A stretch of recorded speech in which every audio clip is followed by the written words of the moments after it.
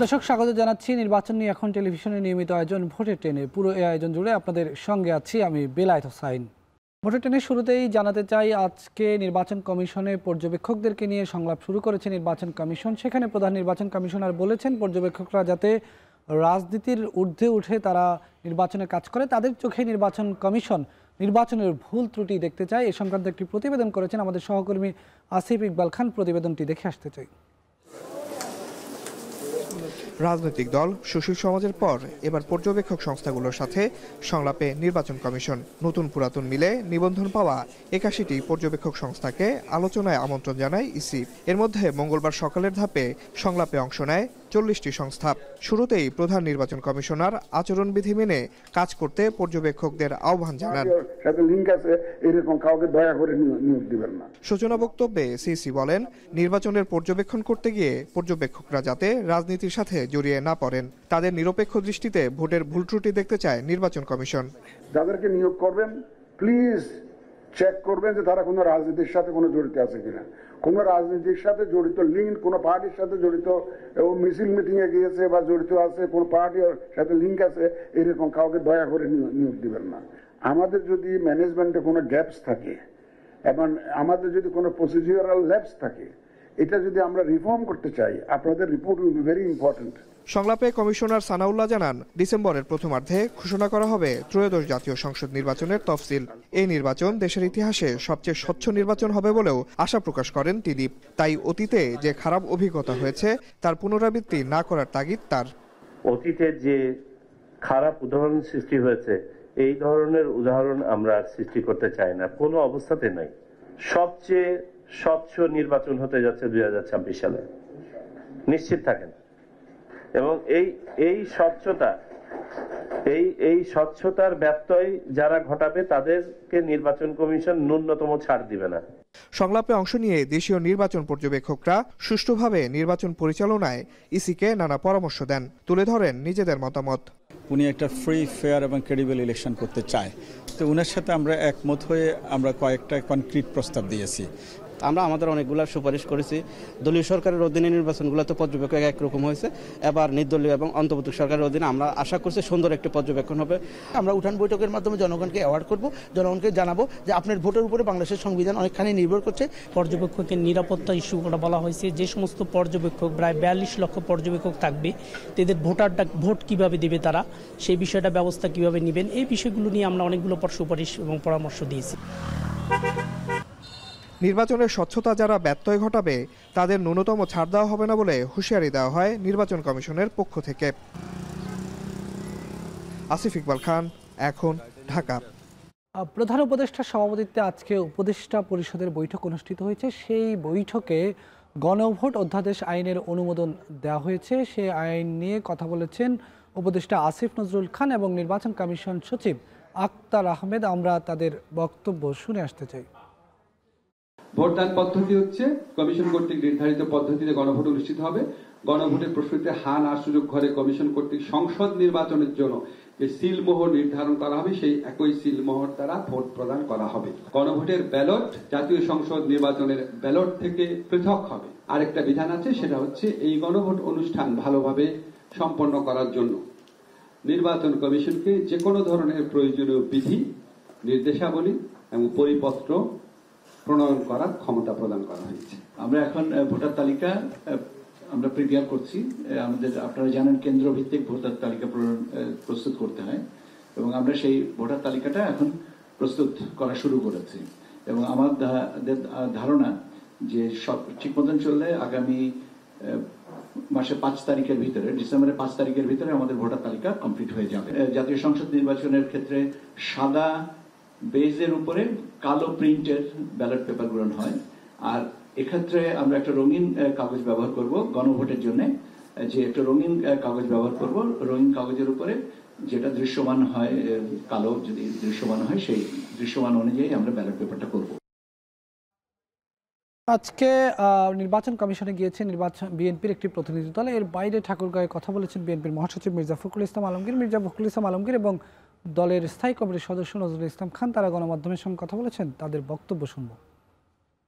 যেসব দেশে প্রবাসী বাংলাদেশিদের সংখ্যা বেশি যেখানে যোগাযোগ ব্যবস্থা বা যাতায়াত ব্যবস্থা সমস্যা আছে, যেখানে তাদের নিবন্ধিত হওয়ার সুযোগ কঠিন, সেই সব জায়গায় নিবন্ধনের সময় বাড়ানোর জন্য আমরা আমাদের দলের পক্ষ থেকে অনুরোধ করেছি। অবাধ, সুষ্ঠু, নিরপেক্ষ নির্বাচনের সঙ্গে এটা প্রাসঙ্গিক আইন শৃঙ্খলা ব্যাপারটা। বিশেষ বিশেষ মানুষের বিশেষ বিশেষ যোগ্যতা থাকে। আপনার লটারির মাধ্যমে যদি আপনার পত্রিকার মালিক বা সম্পাদক যদি আপনাদেরকে দায়িত্ব দেয়, ভালো হবে খুব। আমার মনে হয় আর কি যে বিষয়টা বিবেচনায় নিতে পারেন তারা, কিন্তু এই নিয়ে স্পেসিফিক কিছু বলতে হলে এটা আমাদের দলের পক্ষ থেকে বলবে। আমরা অত্যন্ত আশাবাদী যে কোনো রকম ঝামেলা ছাড়াই 26 ফেব্রুয়ারির প্রথম দিকে বা মধ্যবর্তী সময়ে নির্বাচন অনুষ্ঠিত হবে। এই বিষয়ে আমরা মোটামুটি অত্যন্ত আশাবাদী। আইনশৃঙ্খলা পরিস্থিতির বিষয়ে আমি মনে করি যে যথেষ্ট উপযোগী আছে, ভালো আছে, কারণ এখন আর এমন কোনো পরিস্থিতি নাই যেখানে আপনার নির্বাচন ব্যাহত হবে। দর্শক, একটি বিরতি নেওয়ার সময় হয়েছে, এরপর যে নিচ্ছি ছোট্ট একটি বিরতির পর ফিরে এসে আমরা শুরু করব আজকের নিয়মিত আলোচনা।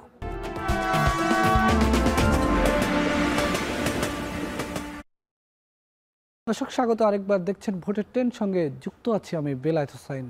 দর্শক, এ পর্যায়ে শুরু করছি আমাদের আজকের নিয়মিত আলোচনা। আমরা আলোচনার নাম দিয়েছি শোডাউনের রাজনীতি। এই বিষয়ে আলোচনার জন্য যশোর থেকে আমাদের সঙ্গে যুক্ত হবেন আমাদের সহকর্মী রিপন হোসেন। রিপন, আপনার মাধ্যমে একটু জানতে চাই, আপনার পেছনেও ব্যাপক লোক সমাগম দেখতে পাচ্ছি। এই মুহূর্তে যশোরের আসলে রাজনৈতিক বা নির্বাচনী শোডাউনের অবস্থা কি? এই শোডাউনকে ঘিরে সাধারণ মানুষের প্রতিক্রিয়া কি? মানুষ এই শোডাউনগুলোকে কীভাবে দেখছে এবং রাজনৈতিক দলগুলোকে কীভাবে নিচ্ছে কাকে? রিপন। দেশের প্রথম শত্রুমুক্ত জেলা যশোর। এই যশোরের 6টি আসন রয়েছে সংসদীয় আসন। সেই আসনের একটি হচ্ছে যশোরের 4 আসন। এটি যশোরের বাঘারপাড়া এবং অভয়নগর উপজেলা, দুটি উপজেলা মিলেই আসনটি রয়েছে। আমার সাথে দুজন অতিথি রয়েছে আজকে। আমার ডান পাশে রয়েছে যশোরের যে বিএনপির মনোনীত প্রার্থী, ধানের শীষের প্রার্থী ইঞ্জিনিয়ার টিএস আইয়ুব, এবং আমার বাম পাশে রয়েছে জামাতের মনোনীত প্রার্থী দাঁড়িপাল্লার অধ্যাপক গোলাম রসুল। আমরা শুরুতেই টিএস আইয়ুবের সাথে কথা বলতে চাই। আমরা আপনার কাছে একটু জানতে চাই, আমরা তো দেখছি যে সামনে যত ভোট আসছে তত আপনাদের প্রচারণা বাড়ছে এবং আপনারা ব্যস্ত সময় পার করছেন, এখন কি অবস্থা? বিসমিল্লাহির রহমানির রহিম। ধন্যবাদ এখন টেলিভিশনকে। ভোটের প্রচারণা তো যত দিন যাচ্ছে তত বাড়ছে, নেতাকর্মীরা জেগে উঠতেছে এবং একটার পর একটা সবাই কাজ বাড়িয়েই চলেছে। আমরা সর্বোপরি ডোর টু ডোর মুভ করছি, আমরা উঠান বৈঠক করছি, আমরা সভা সমাবেশ করছি, আমরা এইভাবে আমাদের প্রচারণাটা আমরা চালিয়ে যাচ্ছি এবং এটা যত দিন যাবে তত বাড়বে, কর্মীরা ঐক্যবদ্ধ হবে, আরো সর্বশক্তি নিয়ে তারা মাঠে কাজ করবে। ইদানিং ধান কাটার মৌসুম হওয়ার কারণে একটু কর্মীরা তাদের নিজেদের ঘর সংসারের কাজ নিয়ে ব্যস্ত, বাট তারপরেও সবাই কিন্তু সন্ধ্যার পরে কাজ করছে ব্যাপক আকারে। আমার বাম পাশে রয়েছে জামাতের মনোনীত প্রার্থী অধ্যাপক গোলাম রসুল। আমরা তার কাছে একটু জানবো, আপনার কাছে একটু জানতে চাই, আমরা দেখছি যে আপনারা ব্যাপক শোডাউন দিচ্ছেন এবং সনাতন ধর্মাবলম্বীদের তাদের একটি সম্মেলনও করেছেন। সব মিলে আপনাদের প্রস্তুতি কেমন, শোডাউন কেমন? বিসমিল্লাহির রহমানির রহিম। RICL TMX, যুগের পর যুগ স্থাপনা থাকে মজবুত। VRM প্রযুক্তির RICL TMX রড। এখন টেলিভিশনকে বাগারপাড়া অভয়নগর বসুন্ধিয়ার সকল সর্বস্তরের জনগণকে আমি জানাই সালাম এবং শুভেচ্ছা। আমরা বলা যায় বিগত একটা ফ্যাসিবাদী সরকার ছিল যারা 15.5 বছর ক্ষমতায় ছিল। আমাদের দেশে আমাদের গণতান্ত্রিক অধিকার ছিল না। আমাদের নামে অসংখ্য মামলা এবং হামলা দিয়ে আমাদেরকে বলা যায় রাজনৈতিকভাবে কোণঠাসা করে রাখা হয়েছিল। জনগণের সামনে যে কথা বলার সুযোগ আমাদের হয়নি। কিন্তু 24-এর গণবিপ্লবে ছাত্র এবং তরুণদের জীবনের বিনিময়ে যে নতুন বাংলাদেশ আমরা পেয়েছি, নতুন স্বাধীনতা পেয়েছি, সেই 24 সালের সেপ্টেম্বর থেকে আমরা এই বাগারপাড়া অভয়নগর এবং বসুন্ধিয়ার জনগণের সামনে আমাদের বক্তব্য তুলে ধরার সুযোগ আমরা পেয়েছি, আমরা সেখানে যাচ্ছি। বিশেষ করে আগামী দিনের 26 সালের ফেব্রুয়ারি মাসে যে একটি সম্ভাব্য নির্বাচনের হওয়ার সম্ভাবনা আছে, সেই নির্বাচনকে সামনে নিয়ে আমরা জনগণের কাছে যাচ্ছি। সেখানে মুসলিম, হিন্দু, সনাতন সবার কাছে আমরা যাচ্ছি। সেখানে আমরা গণসংযোগ করছি, উঠান বৈঠক করছি, পথসভা করছি এবং আমরা কিছু মিছিলও করছি। সনাতন ধর্মের ভাই বোনদের নিয়ে আমরা একটা সম্মেলনও করেছি। তো আমরা দেখতে পাচ্ছি জনগণের মধ্যে ব্যাপক উদ্দীপনা আছে, আশা আছে, উচ্ছ্বাস আছে। জনগণ চায় বাংলাদেশকে আগামী দিনে সন্ত্রাস, দুর্নীতিমুক্ত এবং চাঁদাবাজ মুক্ত একটি বাংলাদেশ, যে বাংলাদেশে দেশের মানুষ নিরাপদে নিভৃতে বসবাস করতে পারবে, ব্যবসা করতে পারবে, চাকরি করতে পারবে এবং জনগণ চায় তাদের ন্যায্য অধিকার, যে অধিকার থেকে 17.5 বছর মানুষ বঞ্চিত ছিল। আমরা জনগণকে সেই অধিকারের নিশ্চয়তা দিচ্ছি এবং আগামী দিনে যাতে সুন্দর একটি বাংলাদেশ হয় তার জন্য আমরা ব্যাপকভাবে প্রচারণা চালিয়ে যাচ্ছি ইনশাআল্লাহ। ধন্যবাদ আপনাকে। আমি আরেকটু কথা বলতে চাই আপনার সাথে, সেটি হচ্ছে যে যেহেতু যশোরের 2টা উপজেলা নিয়ে এই আসনটি আপনাদের আসলে শোডাউন কতটুকু হচ্ছে? আজকেও আপনি একটা শোডাউন করলেন দেখলাম। সব মিলে প্রতিশ্রুতি কি দিচ্ছেন ভোটারদের? আমরা প্রকৃতপক্ষে এই প্রতিশ্রুতির এই জায়গাটা বলতে চাই, মানুষকে আমরা বেশি করে উদ্বুদ্ধ করতেছি।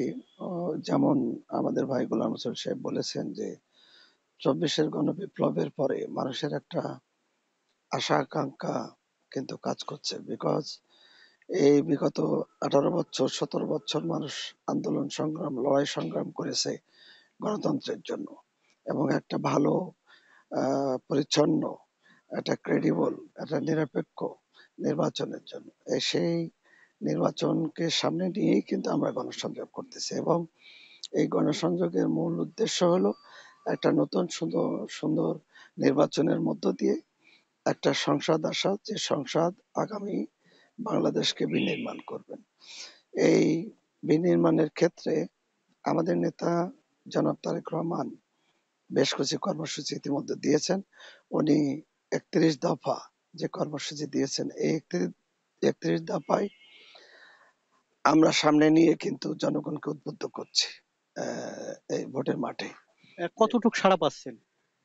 সাড়াইটা ব্যাপক সাড়া আছে মাঠে ময়দানে সবাই, কারণ এই দফার ভিতরে মানুষের চা পাওয়া, আশা আকাঙ্ক্ষার প্রতিফলন ঘটানোর সবকিছুই আছে। বিশেষ করে যুবকদের জন্য চাকরির কথা বলা আছে, বেকার ভাতার কথা বলা আছে, শিক্ষার কথা বলা আছে, চিকিৎসা হাসপাতালের কথা বলা আছে, তারপরে কৃষকদের কথা বলা আছে, গণমুখী মানুষের সকল কথাই কিন্তু এই 31 দফার ভিতরে বলা আছে। তো এগুলো এই আসলে নৌ বন্দর রয়েছে, সেক্ষেত্রে আপনারা কোনো প্রতিশ্রুতি দিচ্ছেন? আমাদের এটা প্ল্যান আছে। আমার বিশেষ করে আমি এটা আমার নিজস্ব। ধন্যবাদ আপনাকে। আমি 30 সেকেন্ড একটু বলবেন যে প্রতিশ্রুতি কি দিচ্ছেন? আমাদের প্রতিশ্রুতি জাতীয় পর্যায়ে যেটা আছে সেটা হচ্ছে দুর্নীতিমুক্ত, চাঁদাবাজ মুক্ত, সন্ত্রাস মুক্ত বাংলাদেশ। আর আমাদের নির্বাচনী এলাকা বাগারপাড়া মহানগরের জনগণের জন্য আমাদের প্রতিশ্রুতি, এখানে সব থেকে বড় সমস্যা আছে ভবদা জলাবদ্ধতা আমরা দূর করতে চাই। সেক্ষেত্রে আমাদের দুর্নীতিমুক্ত প্রশাসন দরকার। নোয়াপাড়ার ব্যবসা বাণিজ্যের বড় একটা কেন্দ্র, এখানেও সমস্যা যেটা হচ্ছে চাঁদাবাজ। আমরা চাঁদাবাজ মুক্ত ব্যবসা বন্ধু একটি পরিবেশ সৃষ্টি করতে চাই। বাগারপাড়ায় যেমন একটা অডিটোরিয়াম নেই, এখানে একটা আমরা বলেছি যদি আমরা পাশ করি তাহলে এখানে একটা অডিটোরিয়াম হবে, কারিগরি একটা শিক্ষা প্রতিষ্ঠান হবে। বাগারপাড়া নড়াইল যে ঢাকা রোড, এখানে অসংখ্য মিল কারখানা হতে পারে। আপনাকে অসংখ্য ধন্যবাদ। শুনছিলেন যে 2 জন প্রার্থী রয়েছেন, তারা বিভিন্ন প্রতিশ্রুতি দিচ্ছিলেন। তো এই ছিল এখান থেকে আমার কাছে সর্বশেষ। অনেক ধন্যবাদ রিপন জানাচ্ছিলেন যশোরের 2 জন নেতার পর্যবেক্ষণ। দর্শক, আরেকটি বিরতি নেওয়ার সময় হয়েছে, এ পর্যায়ে নিচ্ছি ছোট্ট আরেকটি বিরতির পর ফিরে এসে আমরা যুক্ত হব অন্য কোনো জেলায়।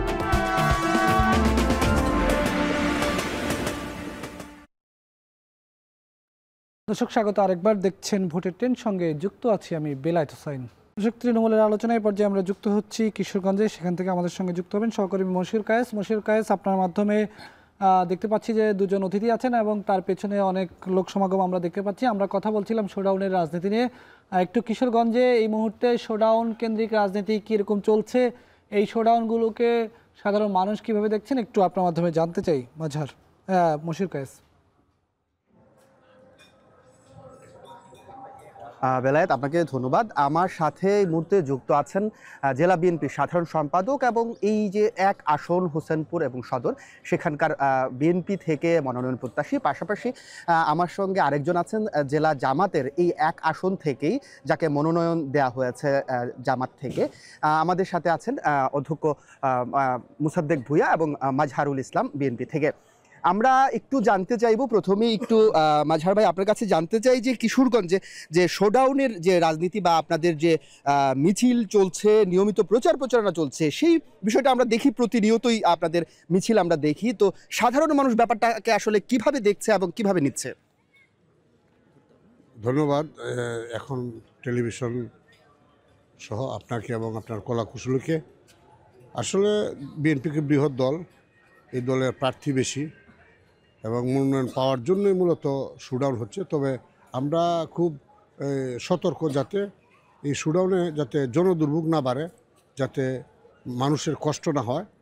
আমি ইতিমধ্যে দেখেছেন যে আমি আমার মিছিল শহরে মিছিল করাই বন্ধ করে দিয়েছি, কারণ এতে জনদুর্ভোগ হয়, প্রচুর অটো রিক্সা যানজট সৃষ্টি হয়, এতে মানুষের দুর্ভোগ বাড়ে।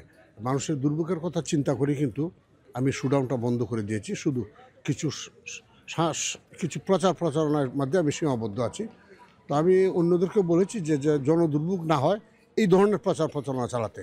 প্রতিদিন শোডাউন এটা মনোনয়ন পাওয়ার ক্ষেত্রে এটা কোনো এই আলাদা যে যোগ্যতা না যে প্রতিদিন শোডাউন করলেই মনোনয়ন পাওয়া যাবে। ওটা ভারপ্রাপ্ত চেয়ারম্যান মহোদয় আছেন, উনি বিচার বিশ্লেষণ করে ইতিমধ্যে উনি হয়তো যাচাই বাছাই করেছেন, মনোনয়ন মনে হয় প্রায় চূড়ান্ত কাকে দিবেন। তো এটা মনোনয়ন পাওয়ার জন্য শুধু মানুষের দুর্ভোগ বাড়ানো এটা কারো কাম্য হইতে পারে না, এটা আমরা চাই না। আমি মনে করি যে এটা কেউ এটা করা উচিত না। আচ্ছা, আরেকটা বিষয় জানতে চাই যে অনেকে আমরা দেখেছি বিভিন্ন জায়গায় মনোনয়ন বঞ্চিত যারা, তারাও বিভিন্ন শোডাউন কিংবা মিছিল বিক্ষোভ করছে। এই বিষয়টা নিয়ে ছোট্ট করে আপনার কাছে একটু জানতে চাই, এই বিষয়টা আপনি কিভাবে দেখেন বা আপনার দল কিভাবে দেখে? আমরা কিছু জায়গায় এমন হচ্ছে, অল্প জায়গায়, তো আমরা তাদেরকে সতর্ক করেছি যে মানুষের সমস্যা হয়, মানুষের কষ্ট হয়, এই ধরনের কোনো কর্মসূচি যাতে তারা না করে। যদি করে তাহলে আমরা দলীয়ভাবে তাদের বিরুদ্ধে ব্যবস্থা নেব। শান্তিপূর্ণ সভা সমাবেশ মিছিল করতে পারে, শান্তিপূর্ণ করতে পারে, যাতে মানুষের সমস্যা না হয়, যাতে মানুষের কষ্ট না হয়, এই ধরনের প্রোগ্রাম তারা কর্মসূচি করতে পারে। কিন্তু মানুষের জন্য কষ্টদায়ক জনদুর্ভোগ সৃষ্টি হয় এই ধরনের যদি কোনো কর্মসূচি করে তাহলে আমরা দলীয়ভাবে ব্যবস্থা নেব, এটা তাদেরকে সাবধান করে দেওয়া হয়েছে। আমরা আপনাকে যদি একটু এবার কথা বলতে চাই, আমার আরেক পাশে আছেন জেলা জামাতের তিনি সাবেক নায়েবে আমির এবং এই আসন থেকে যাকে মনোনয়ন দেওয়া হয়েছে। আপনাদের বেশ কিছুদিন আগে একটা নিষেধাজ্ঞা এসেছে, আপনারা এখন মোটর সাইকেলের শোডাউনটা আপনারা করছেন না, কিংবা আপনাদের প্রচারণা কি চলছে, কিংবা আপনারা ভবিষ্যতে বিভিন্ন যে আপনাদের যে মোটর সাইকেল শোভাযাত্রা সহ অন্যান্য আপনাদের শোডাউনগুলো চলবে কিনা? ধন্যবাদ। এখন টিভিকে আসলে আমরা কেন্দ্রীয় কর্মসূচির বাহিরে কোনো শোডাউন প্রোগ্রাম করছি না। আর বিশেষ করে কিশোরগঞ্জ যেহেতু একটা যানজট পূর্ণ একটা শহর, এখানে গণদুর্ভোগ সৃষ্টি হোক এটা আমরা কামনা করি না, আমরা কখনো চাচ্ছি না। এখানে কেন্দ্রীয় কোনো কর্মসূচি থাকলেই শুধু আমরা শহরে কর্মসূচি পালন করি, মিছিল করি। আর এখন আমরা নির্বাচনী কার্যক্রম সাধারণত আমরা যাদেরকে বলা হয় গণসংযোগ, আমরা মহল্লায় মহল্লায়, পাড়ায় পাড়ায়, বাড়ি বাড়ি বা বিভিন্ন গুরুত্বপূর্ণ স্থানে আমরা গণসংযোগ করছি এবং গণসংযোগের মধ্যে আমরা সীমাবদ্ধ আছি এবং এখানেই আমরা সীমাবদ্ধ থাকব। আর মোটর শোভাযাত্রা করার আমাদের কোনো পরিকল্পনা এখনও নেই। পরবর্তী সময় যদি কেন্দ্র আমাদেরকে বলে তাহলে আমরা হয়তোবা কোনো যাতে জনদুর্ভোগ সৃষ্টি না হয় সেটা মাথায় রেখে আমরা কোনো শোডাউনের ব্যবস্থা করতে পারি। বিশেষ কোনো পরিকল্পনা দেওয়া হয়েছে কিনা দলের পক্ষ থেকে যে নির্বাচনের আগ মুহূর্তে কিংবা তফসিল ঘোষণা পর আপনাদের প্রচারণা কিংবা শোডাউনের টাইপটা কি হতে পারে? আমাদের প্রচারণার টাইপটা হলো 1 to 1, মানুষকে সঠিকভাবে বলা, গ্রুপ করে করে বলা, মেয়েদের নারীদেরকে আমরা আমাদের নারী কর্মী যারা আছে তারা এদেরকে বলবে আগামীতে কেন জামাত ইসলামীকে ভোট দেবে, কেন এই দেশের পরিবর্তনের প্রয়োজন আছে, এগুলো মানুষকে বোঝানো হইলো আমাদের মূল কাজ। হ্যাঁ, এবং এভাবে আমরা প্রচার চালাচ্ছি। আমরা বড় কোনো শোডাউনের পরিকল্পনা নেই, এখনও নেই। আর ভবিষ্যতে করবো কিনা এটা কেন্দ্র নির্দেশ দিলে পরে দেখা যাবে। মাঝে ভাই আপনার কাছে একেবারে শেষ মুহূর্তে আমরা ছোট্ট করে জানতে চাই যে আপনাদের ভবিষ্যৎ শোডাউন কিংবা মিছিল মিটিং কিভাবে হতে পারে, কি পরিকল্পনা আছে আপনাদের? ইতিমধ্যে আমাদের ভারপ্রাপ্ত চেয়ারম্যান মহোদয় তারেক রহমান সাহেব উনি কিন্তু নিষেধ করেছেন যে মিছিল করা কিংবা বিভিন্নভাবে শোডাউন করা, জনদুর্ভোগ হয় এই ধরনের কোনো কর্মসূচি না করা। উনি নির্দেশ দিয়েছেন যে জনগণের কাছে যাওয়া, বাড়ি বাড়ি যাওয়া, মানুষের কাছে যাওয়া, ওইভাবে আপনি ভোট চাওয়া। কিন্তু মিছিল করে জনদুর্ভোগ সৃষ্টি, এমনিতে শহর যানজটের শহর, একটা মিছিল হয়ে যায় যে আধা ঘন্টা 1 ঘন্টা আপনার শহরটা জ্যাম হয়ে যায়, এটা মানুষের দুর্ভোগ হয়, মানুষের কষ্ট হয়। কাজে এই ধরনের কষ্টের কর্মসূচি, মানুষের কষ্ট, এই ধরনের কোনো কর্মসূচি আমরা দিতে রাজি না। যদিও জামাত ইসলামের প্রার্থী মুসাদ্দেক ভাইকে ইতিমধ্যে প্রার্থী ওনারা দিয়ে দিয়েছেন, ওনাদের কাজটা সহজ হইতেছে। আমাদের যেহেতু কিশোরগঞ্জ 1 এবং কিশোরগঞ্জ 5-এ প্রার্থীতা দেওয়া হয় নাই, সেই কারণে একটু বিশৃঙ্খলা চলছে। একাধিক প্রার্থী মাঠে এখনও কাজ করতেছে। এটা প্রার্থী যদি ঘোষণা দেওয়া হয় তাহলে কিন্তু এই সমস্যাটা কমে আসবে। এই যে শহরে কোনো মিছিল কিংবা একটা বিশৃঙ্খল অবস্থা এটা থাকবে না, এটা কমে আসবে। ধন্যবাদ। বেলায়েত, শুনছিলেন আপনি যে আমার পাশে দুজন অতিথি আছেন, তারা যে বিষয়টি বলছেন যে দুজনেরই কিন্তু ভিন্ন ভিন্ন পরিকল্পনায় এবং ভিন্ন মেজাজে কিন্তু চলছে কিশোরগঞ্জে প্রচারণা, এবং সেটি কিন্তু দলীয় যে তাদের নির্দেশনা আছে সেই দলীয় নির্দেশনা অনুযায়ী কিন্তু চলছে। তারা দুজনেই কিন্তু বলছিলেন যে এখন যদিও কিছু শোডাউন চলছে কিংবা মিছিল মিটিং চলছে, সেটি কিন্তু এখানে তাদেরকে কেন্দ্র থেকে যে নির্দেশনা দেওয়া হয় সেই নির্দেশনা অনুযায়ী কিন্তু তারা সেভাবে এগোবেন এবং জনদুর্ভোগ সৃষ্টি হয় শোডাউন কিংবা মিছিল মিটিং এই জাতীয় কোনো পরিকল্পনা কিংবা এই জাতীয় কোনো কার্যক্রমে কিন্তু কোনো দলই এগোবে না, সেরকমটি কিন্তু আমার এখানে যে দুজন অতিথি আজকে যুক্ত হয়েছেন তারা কিন্তু এই ব্যাপারটি বলেছেন। তো কিশোরগঞ্জ থেকে আমার কাছে ছিল শোডাউনের রাজনীতি নিয়ে সর্বশেষ তথ্য। অনেক ধন্যবাদ মশিউর কায়েস, জানাচ্ছিলেন সেখানকার পরিস্থিতি, শোডাউনের রাজনীতি কেমন চলছে কিশোরগঞ্জ। দর্শক, এ পর্যায়ে নিচ্ছি আরেকটি বিরতির পর ফিরে এসে আমরা যুক্ত হব বরগুনা জেলায়।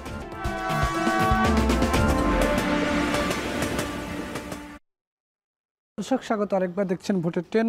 আমরা আলোচনা করছিলাম শোডাউনের রাজনীতি নিয়ে। এই পর্যায়ে আমরা যুক্ত হব বরগুনা জেলায়। সেখান থেকে আমাদের সঙ্গে যোগ দেবেন সহকর্মী সুজন আকন। আপনার সঙ্গে বিএনপি এবং জামায়াতের সেখানকার দুজন সিনিয়র নেতা আছেন, তাদের সঙ্গে একটু আলোচনা করবেন। বিশেষ করে বরগুনা জেলায় শোডাউনের রাজনীতিকে ঘিরে দুটি দলের মধ্যে পারস্পরিক মুখোমুখি কোনো অবস্থান তৈরি হয়েছে কিনা, এবং এই শোডাউনকে ঘিরে তৃণমূলের সাধারণ মানুষ এটাকে কিভাবে নিচ্ছে। সুজন।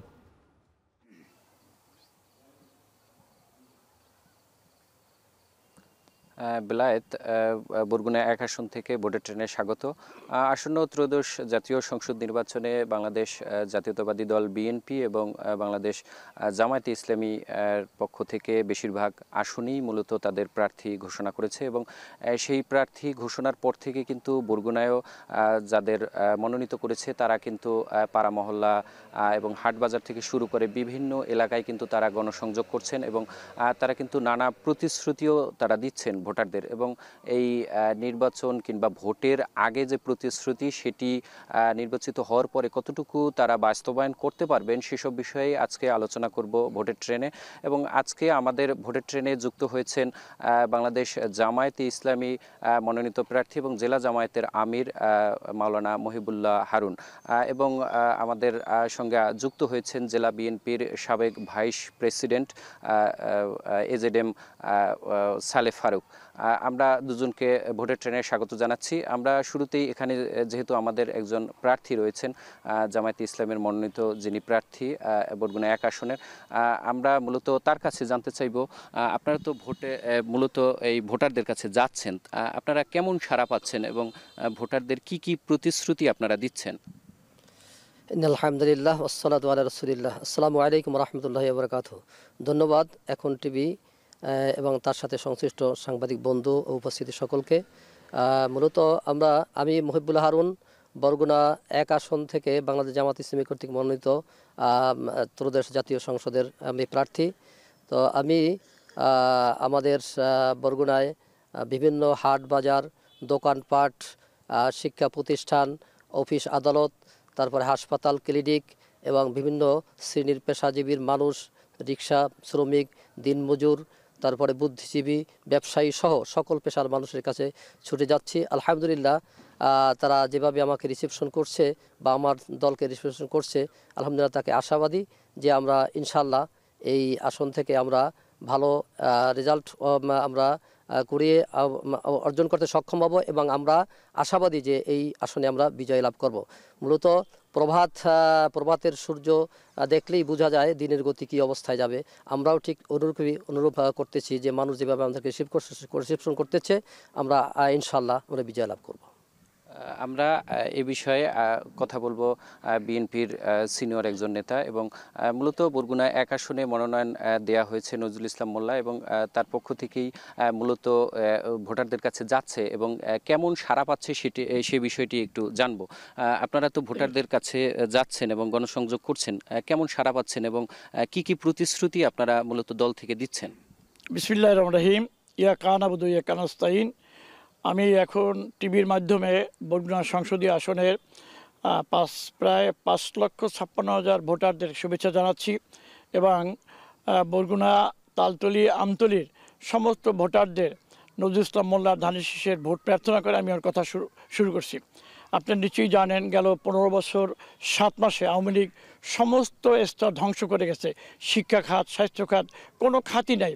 সেখানে আমরা এখন মানুষের কাছে যাচ্ছি, মানুষ অত্যন্ত উৎসবমুখর পরিবেশ একটা ভোট দেওয়ার আমাদেরকে প্রতিশ্রুতি দিচ্ছে। আজকেও আমরা 1 লাখ বদরকে ইউনিয়নে আমাদের প্রচার প্রচারণা করে আসছি। সেখানে মানুষের উচ্ছ্বাস, বিএনপিকে তারা ভোট দিতে চায়, যেহেতু তারা মনে করে সারা বাংলাদেশে বিএনপি রাষ্ট্রখাতে আসবে ইনশাআল্লাহ।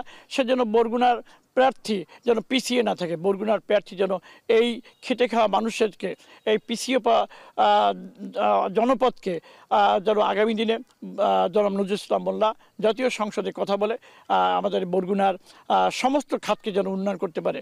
আপনারা নিশ্চয়ই জানেন বরগুনায় কোনো কাজ হয় নাই। শম্ভুবাবু শুধু ভারতেই টাকা পাচার করছে। স্বাস্থ্য, শিক্ষা, চলাচল সমস্ত কিছু খাত ধ্বংস হয়ে গেছে। রাস্তাঘাট নাই, স্কুল কলেজের শিক্ষা ব্যবস্থা ধ্বংস হয়ে গেছে, স্বাস্থ্যখাত ধ্বংস হয়ে গেছে। এখানে ডাক্তার নাই, নার্স নাই, খুব খারাপ অবস্থা, ওষুধ নাই, সবখানে শুধু নাই আর নাই। এই ব্যবস্থার পরিবর্তন করতেছি আমরা বাংলাদেশ জাতীয়তাবাদী দল ইনশাল্লাহ।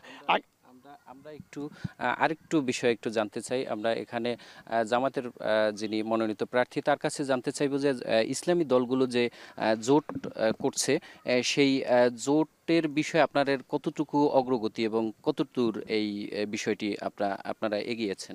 জি, আপনারা সবাই জানেন যে জোট নিয়ে আলাপ আলোচনা চলছে, মত বিনিময় চলছে এবং জোটের এখন পর্যন্ত কোনো সিদ্ধান্ত আসেনি। মাঠে ময়দানে আমরা সবাই মূলত কাজ করতেছি। পরবর্তীতে জোটের পক্ষ থেকে যে সিদ্ধান্ত আসবে সেই সিদ্ধান্ত আলোকে আমরা কাজ করবো ইনশাল্লাহ। আর একটু বিএনপির যিনি সিনিয়র নেতা রয়েছেন তার কাছে আমরা জানতে চাইব যে ইসলামিক দলগুলো যে জোট করছে এই জোটের বিষয়ে আসলে আপনাদের এটা কি কোনো চ্যালেঞ্জ মনে করছেন কিনা? ইনশাল্লাহ আমরা মোটেই চ্যালেঞ্জ মনে করছি না, যেহেতু বাংলাদেশে বিএনপি 3বার রাষ্ট্র ক্ষমতা আসছে এবং সেখানে সাধারণ মানুষের ভোট নিয়ে বিএনপি রাষ্ট্র ক্ষমতা আসছে। সেই ইসলামিক দলগুলো যদি তাদের জোট বেঁধে নির্বাচন করে, এটা আমরা মাথা ব্যথা আমরা মনে করি না। আমার দল ভোটের রাজনীতিতে অনেক আগানো ইনশাল্লাহ, সেখানে আমরা আদৌ চ্যালেঞ্জ মনে করি না ইনশাল্লাহ। আরেকটি বিষয় একটু জানতে চাই, বরগুনা মূলত বিভিন্ন ক্ষেত্রে একটি মূলত অবহেলিত একটি জেলা এবং এই রাস্তাঘাট বা যোগাযোগ, স্বাস্থ্য, শিক্ষা এই ক্ষেত্রে মূলত আমরা একটু জামাতের প্রার্থী যিনি তার কাছে জানতে চাইব মূলত আপনারা ক্ষমতায় গেলে এই অবহেলিত বরগুনার জন্য কি কি করতে পারবেন বলে আপনি মনে করেন? জি, ধন্যবাদ। মূলত বরগুনা সারা বাংলাদেশের 64 জেলার মধ্যে একটি সর্বদক্ষিণে অবস্থিত একটি ছোট্ট জেলা। এই জেলাটি সাগর বিধৌত এলাকা এবং এখানে উপকূলীয় এলাকা। এখানে যে উন্নয়ন হওয়া দরকার ছিল বিগত সরকারের আমলে যারা ক্ষমতার মসনদে যারা ছিল তারা মূলত তাদের রাজনৈতিক নিজেদের রাজনৈতিক তাদের আশা আকাঙ্ক্ষা পূরণ করার জন্য এবং তাদের নিজেদের স্বার্থ সিদ্ধির জন্য যেভাবে কৌশলগত রাজনীতি করা দরকার, সেভাবে রাজনীতি করেছে। তারা নিজেদের ভাগ্য উন্নয়ন করছে, কিন্তু জনগণের কোনো ভাগ্য উন্নয়ন করে নাই। এই জন্য বরগুনার বিভিন্ন যোগাযোগ ব্যবস্থা, শিক্ষা এবং চিকিৎসার ব্যাপারে যথেষ্ট অবহেলিত রয়েছে। তো এই জন্য এই শিক্ষা এবং চিকিৎসা ও যোগাযোগের সহ যে সমস্ত ক্ষেত্রে অবহেলিত রয়েছে, আমরা বাংলাদেশ জামায়াত ইসলামী এর পক্ষ থেকে যদি জনগণ আমরা আশাবাদী যে এই এলাকার জনগণ ইনশাল্লাহ আমাকে ভোট দিয়ে তারা বিজয় করবে। আমি যদি বিজয় লাভ করতে পারি ইনশাল্লাহ, আমি বরগুনার মানুষের জন্য এই যোগাযোগের জন্য আমাদের যে বরগুনায় 6টা উপজেলা রয়েছে, এই 6টা আমরা ছিলাম মূলত বরগুনা 1 আসন নিয়ে কথা বলছিলেন, এবং এখানে যিনি প্রার্থী রয়েছেন এবং বিএনপির যে